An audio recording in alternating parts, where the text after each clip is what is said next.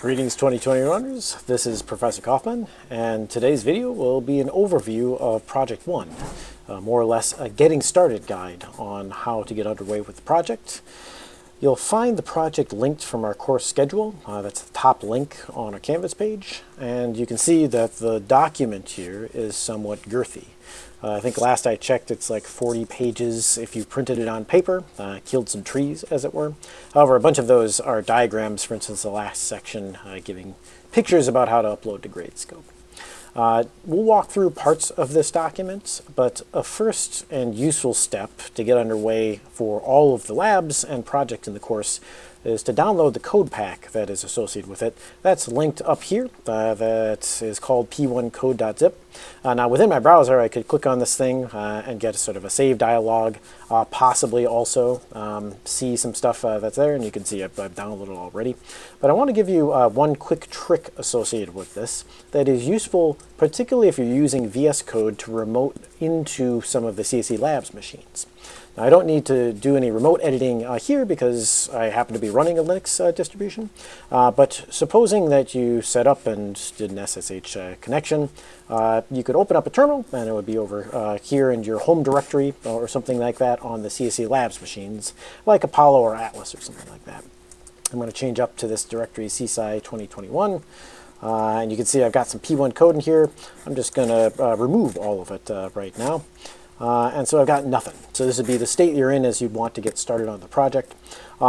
Just getting the zip over to that CSE Labs machines from your local laptop, this can be a little bit tedious. Here's a quick way to do so. Copy the link associated with that zip, and I can right click on it and say copy link address. And then punch in the wget command, which is a way to use the command line to download stuff off the internet. I'll paste that link in, Control-Shift-V to paste in here. I press enter. This will reach out to my website, grab that zip and download it, and you can see now here it's right on the machine that it was on. That'll work equally as well if you're running this on your own laptop or this is a remote connection to some of those CSE Lab machines. I'm going to unzip this p1code.zip, and you'll see that fly by and extract a whole bunch of stuff in here. And then within VS Code, I'll open up that folder so that I can, see, I'm a little bit wonky here. So up here in the directory, I've put it in CSI 2021, and here's that P1 code directory. I'll open this thing up. Sure, I trust these authors. I'm the authors. You can see the little project tree over here for stuff. We'll want to have sort of a look at these files at various stages, but I'll turn my attention back over to the spec, which has its own manifest of what's in there. The project is divided into 3 problems. The first 2 deal with an application known as Bandlet, and the last one is similar to what you've done in lab with a list kind of application, except this time it's something called tree map, which we'll get to in just a second. Like the lab does, there's also a provided makefile that enables you to automate some of the build tasks with the project, automate some of the testing, and there are files that are associated with that down here.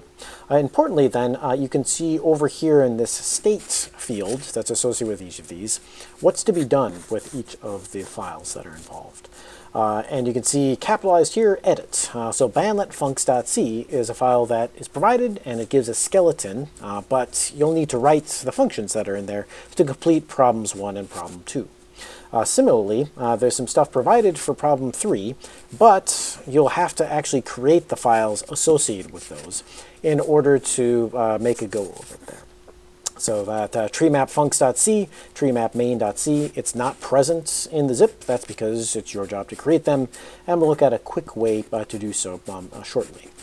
Okay, so I want to start with our attention sort of on this bandletfuncs.c business, and to get an idea of what we're up against, let's scroll down a little ways and jump over to what this bandlet program is supposed to be about. Within the spec, there's quite a bit of information that's oriented towards getting you familiar with the expectations for the problem, and then also with some specific tips on how to proceed on certain functions. The central idea is with the bandlet program is to print out banner text. And that is to say, when you run the program with a little message on the command line, like this hi there, then it will print out a sort of fontified version of that message hi there in this sort of ASCII font of sorts. And the ultimate capability of this thing will be that it can handle multiple lines. So how do you new line do, spread across a couple lines, and you can also select different fonts to print the same messages in. So you can do somewhat complex and fun things in ASCII, as complex as ASCII is. In the early days of the internet, where there wasn't much by way of GUIs and web browsers, this was all the rage. And it's still fun to do, and nonetheless makes for excellent programming projects. The functionality to do this is spread across two files. It's in bandlet main, which is provided and needs no modification, and then this bandlet funcs.c. An outline of that file is provided here, both in the spec, but also as part of the distribution. And we can start having a look at some of these functions, probably in the fontified version that's within the code pack, so you can get an idea of what you're up against there. So I'll buzz back over here to Visual Studio Code, and since this bandlet main is provided and the bandlet funcs over here is here, I can have a look at this thing. And you can see in here there's prototypes for each of the functions that's provided, as well as there being a number of documentation strings that indicate what the function is to do, and with a few tips and examples of how you might go about doing it. Now, one of the advantages of providing you an outline like this is that you can compile and run the tests immediately for this. There's one provided function here called glyphinit, and we'll talk maybe a second about that later on. But you can see that down here, some of these later functions that are associated with problem 2, so you get full credit for problem 1 if you complete up to this print fontified one line, and then we're on to problem 2. In order to run the associated tests, I can open up a terminal here. So new terminal, and in here you can see this provided makefile. Well, let's do this. Do I want the recommended extension for C? No, go away, VS Code. I know what I'm doing here. Trust me.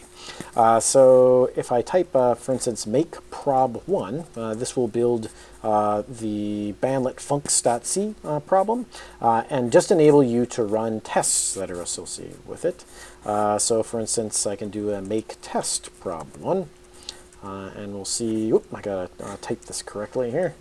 I can see VS Code is interfering with my key bindings just a little bit, no problem there. So this will build some stuff over here, and after a moment's delay, we'll begin to actually run tests on the functions that are within that string funcs.c problem. And you can see I'm failing all of these right now, which is totally expected at this stage on account of I haven't actually written any code yet. I can look at the results associated with those tests just as you did in labs. One handy feature of VS Code is that it will recognize file names in some cases. So over here, if I hover, then it'll suggest, oh, you can open up this file, which gives the results of the first test by holding the control key and then clicking on it. So I'll do that here. And this is the results for that first test. You can see some stuff about here of what program was run, a testing program to check this. And over here, the expected and the actual results over here. This first function is meant to replace characters that are in a string. And so the expectation here is if I run this here and say replace all the A characters in the string AABBAA, or A, with an X character, then it should read XXBBX, but my result over here, which is different from the actual result, is still AABBA. And that, of course, is expected because I haven't actually written this code. I could start out running through this thing by, for instance, plopping down some code over here, and then come back up to this string replace car. Get rid of the write me part of this. And then maybe I'll just do something simple like, okay, the stir 0, I'll make it equal to this new character. And that will change the 0th element of that string to be the new character. Now at this stage, maybe you want to check, have I made much progress? One option would be down here to rerun all of the tests. but probably I'd want to focus my attention on a single one, start passing that, and then make some progress on to the next test. So let me do so here by just running the very first test, test num equal to 1, which will run the first problem and then the first test within that problem. So you can see this fly by quick. A couple of things are different. Only running one of the 15, still failing it, that's fine. When you run a single test, the output for that test is spit out on the terminal, which makes it convenient to sort of track that stuff. You don't have to necessarily open up the file. And you can see here, yes indeed, the 0th character of this thing is now the X, and that's good. I've made some changes. It's still not right, but I've made some progress here. So this is generally then the way that you might proceed, and you can see from the earlier run that most of the functions, or the tests that are run here, they're associated with a single function working right. That's one of the advantages of the first two problems, that there's some individual unit testing on individual functions. Things get a little more complicated as you go forwards. But you proceed to write some code, probably iterating through this string, and anytime you see an old character, replace it with a new character, maybe perhaps with an if and else. You'd have to figure out how to find the end of a string, and there are some suggestions given over here for that. And in addition to that, there are a number of implementation notes that are in the spec down here. For instance, there's a description here of for the string utility functions that are towards the top of this. Here's some notes about how to implement this string replace function. That's a couple of suggestions about how to find the length of the string. You could look directly for that null character, or make use of the handy Sterling function. Just keep in mind, and we'll reiterate this in lecture several times, you've probably been introduced to the size of operator. And this will tell you the size of an intrinsic type, or for a variable like stir, it will tell you, hey, this stir is a character pointer, so it'll return the size of character pointers, always 8. It won't work to give you the size of an arbitrary string. So to that end, make use of one of these two options in order to iterate appropriately across all the characters in this old string. As you move forwards, you'll see additional functions, for instance, this find line breaks over here, and it makes use of some conventions that are worth talking about. For instance, there's this char star message that is an input parameter, but this int star n breaks is described as an output parameter, as in it's something that you are supposed to set through a dereference. In addition, you'll have to malloc in here, and when you find, oh, there are 5 new lines and the end of this thing, so 6 line breaks in this particular string, you'd set this thing to be 6 and then return an array that's been malloced that has the character positions, like index 7, index 19, index 22, to indicate there are line breaks to that position in there. Some examples are given down here. For instance, over here, I have this little n breaks variable. It's got a -1 in it. I pass that in as an address, the address of n breaks here for find line breaks. And what gets returned is an array. N breaks will be 2 because there's one new line in here, and then an end of string that breaks it. The first new line is at index 5, so this array that's returned, called breaks now, has at its 0 spot 5, and then the last end of string here is at position 11. And so the n breaks will indicate there are 2 elements in this array, and breaks is 5 and 11, except a little typo to correct there. So anyway, this is sort of starting string utility functions that you'll fill in, and eventually you'll want to perhaps look at the algorithm that's given to print out the letter A over here, or print out cat in this fontified fashion. We're not going to go over all that right now because part of the beauty of the spec is a reading document that you can go through on your own or go through with the assistance of a TA, as you might find the need to do so. But there's tons of information here, so if you get stuck, a first pass might be to start looking at this thing. Also, I'll call attention to some of the syntax that's provided in demo programs. For instance, over here in the code, I'll get rid of these test results for a moment. There's a, let's see, bandlet oh no, did I forget yeah, here it is, bandlet demo.c. And this gives you some syntax that's useful as you progress forwards to start dealing with some of the structs that contain fonts and glyph data about how to print them. So lift syntax like this at various times as you would need it, and make use of the code examples that are provided here. The best way to become aware of those is by buzzing around the project specification. All right, I want to turn attention next then to the third problem, because these first two problems deal with sort of progressively building through and completing this bandlet program. But you have code provided for those in the form of skeleton, and that's not so for the tree map application.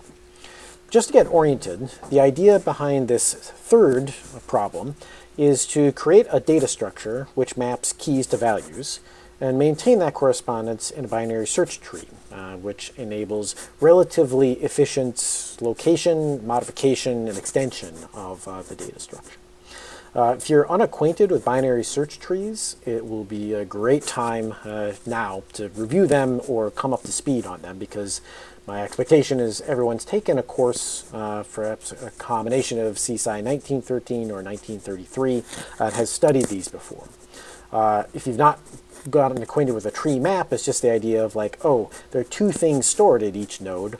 One of them is a key and the other is a value. Now, some kinds of trees store a size, as is shown in this picture.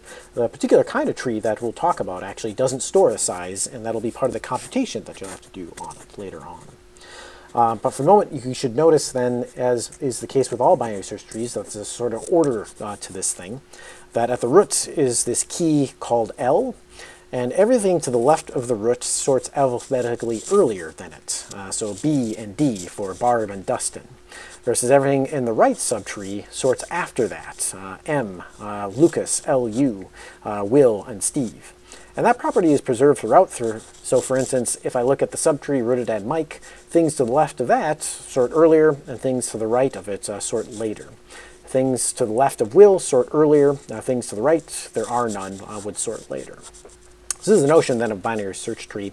The ordering here is preserved only on the keys. The first part, the values associated with them, are something that can be an arbitrary order. You can see there is no particular ordering to this. For instance, there's a B for brash way over here, when really it should be over here if we're sorting on that. But they're values.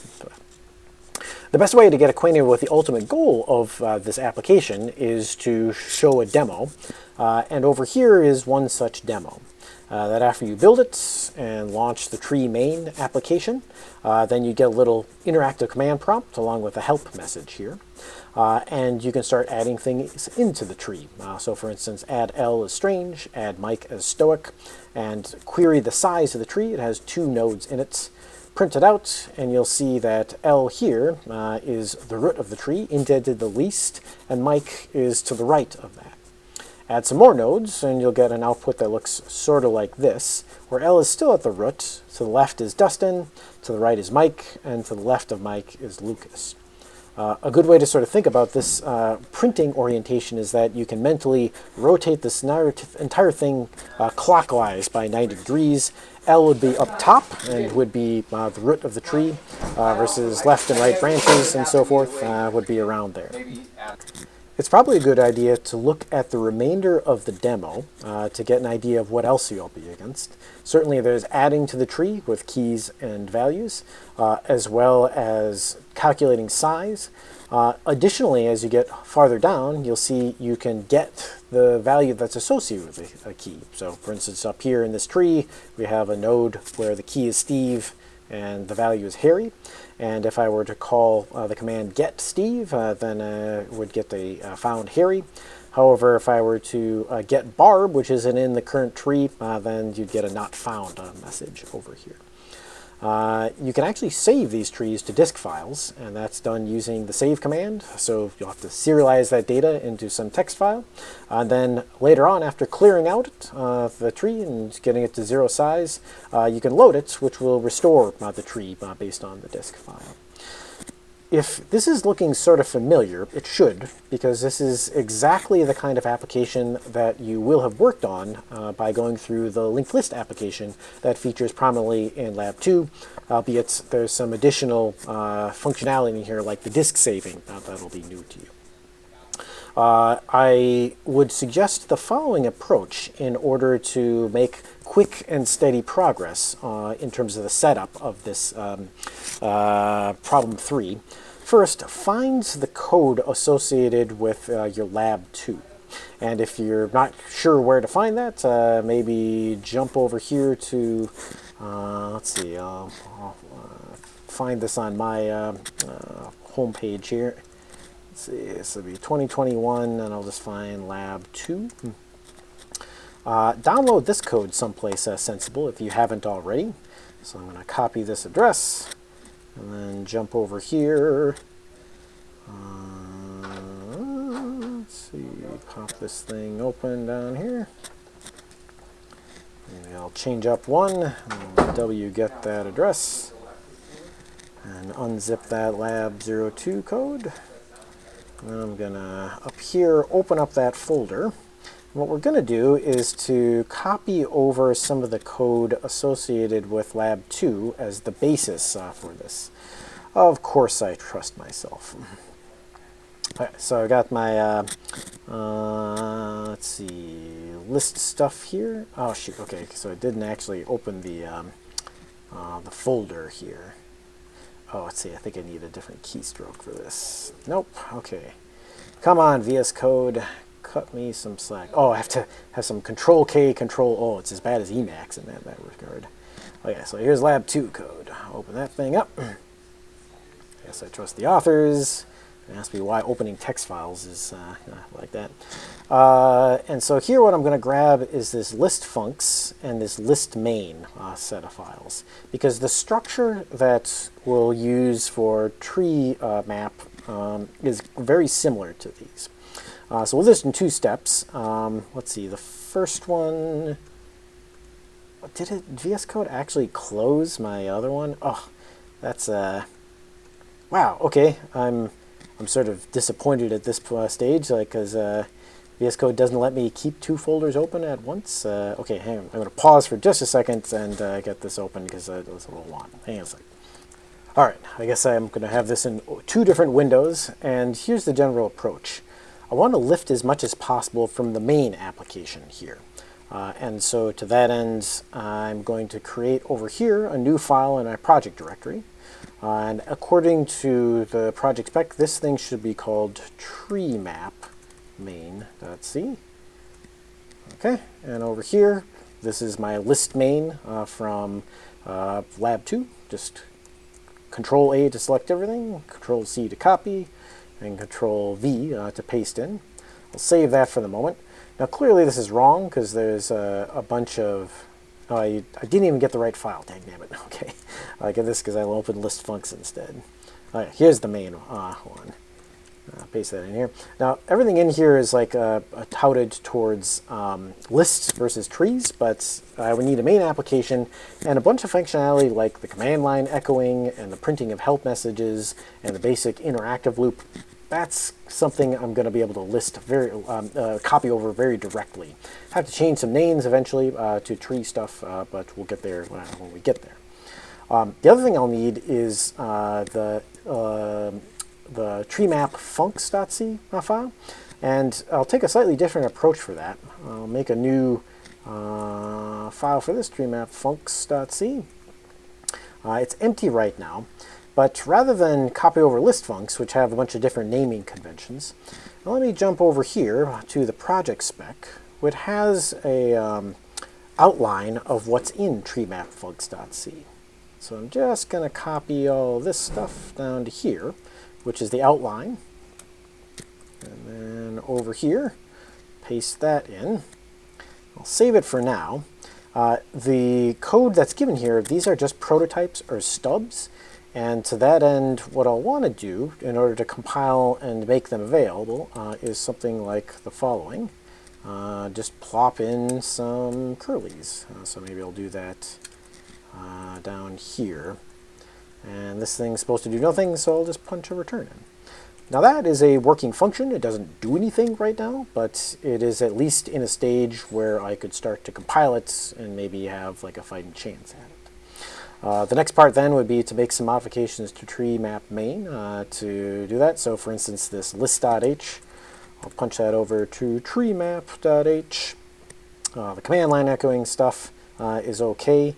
The specific stuff that's to be printed over here, I can probably lift from the project spec, at least some of the demos.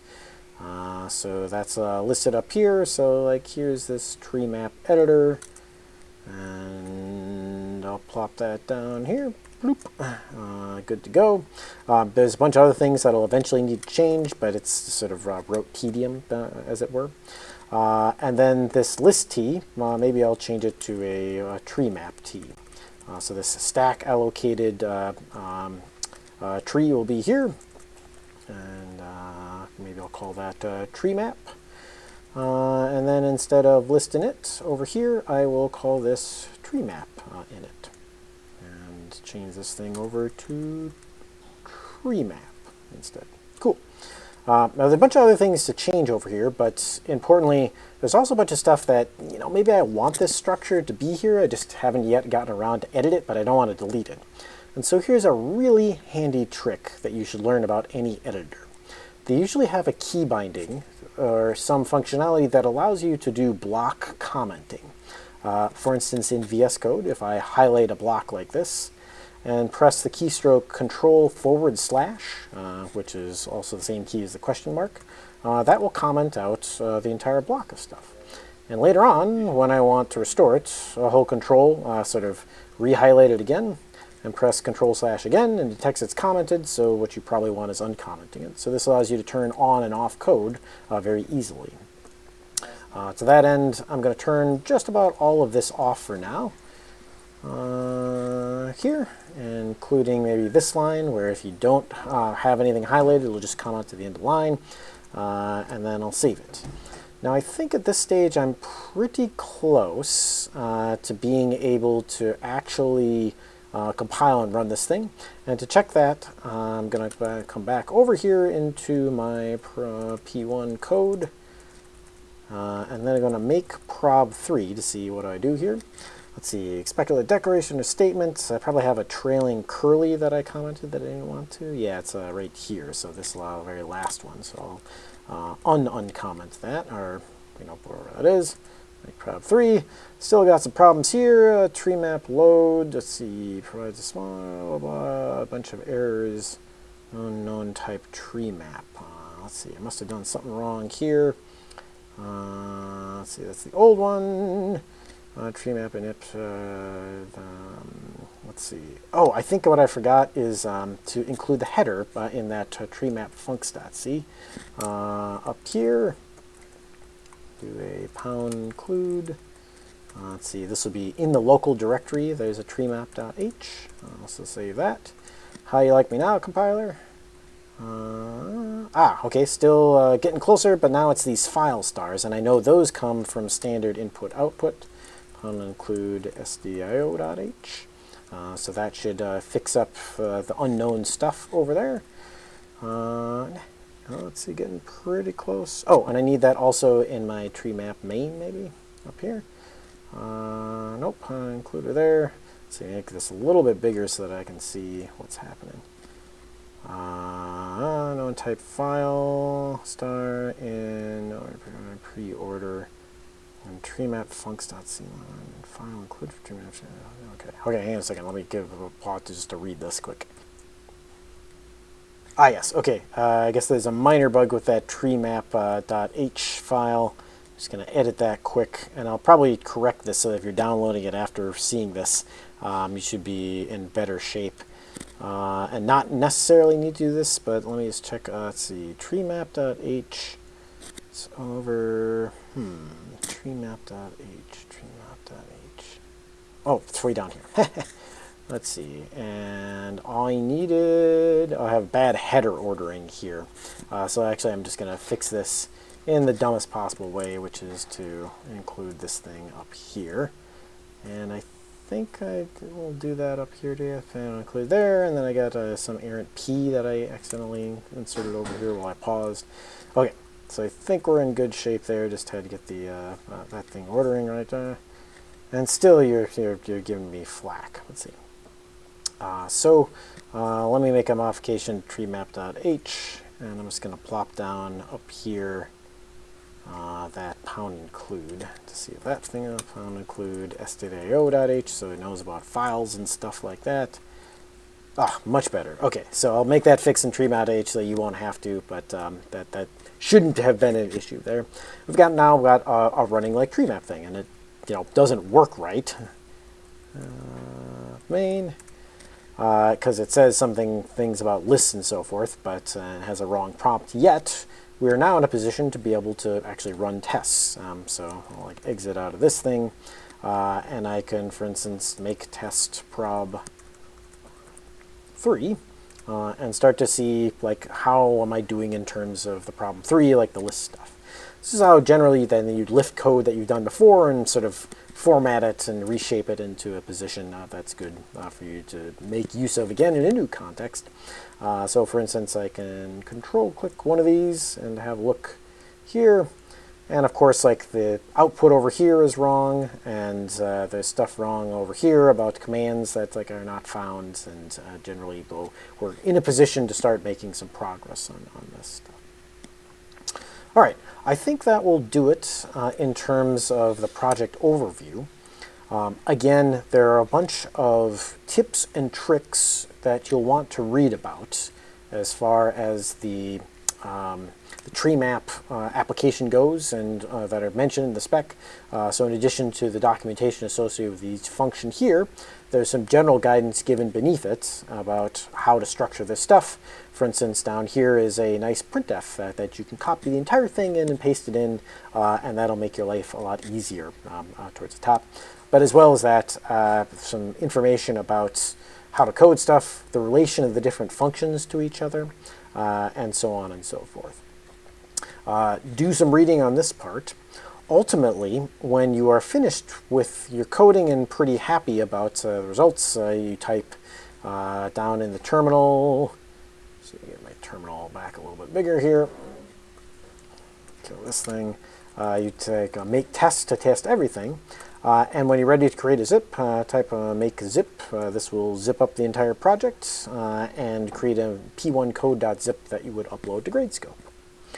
I'm sure there will be more questions, and I've already noticed a few typos and bugs in the spec here, but this should be enough to get you started and get you acquainted with the ins and outs of the project at a high level.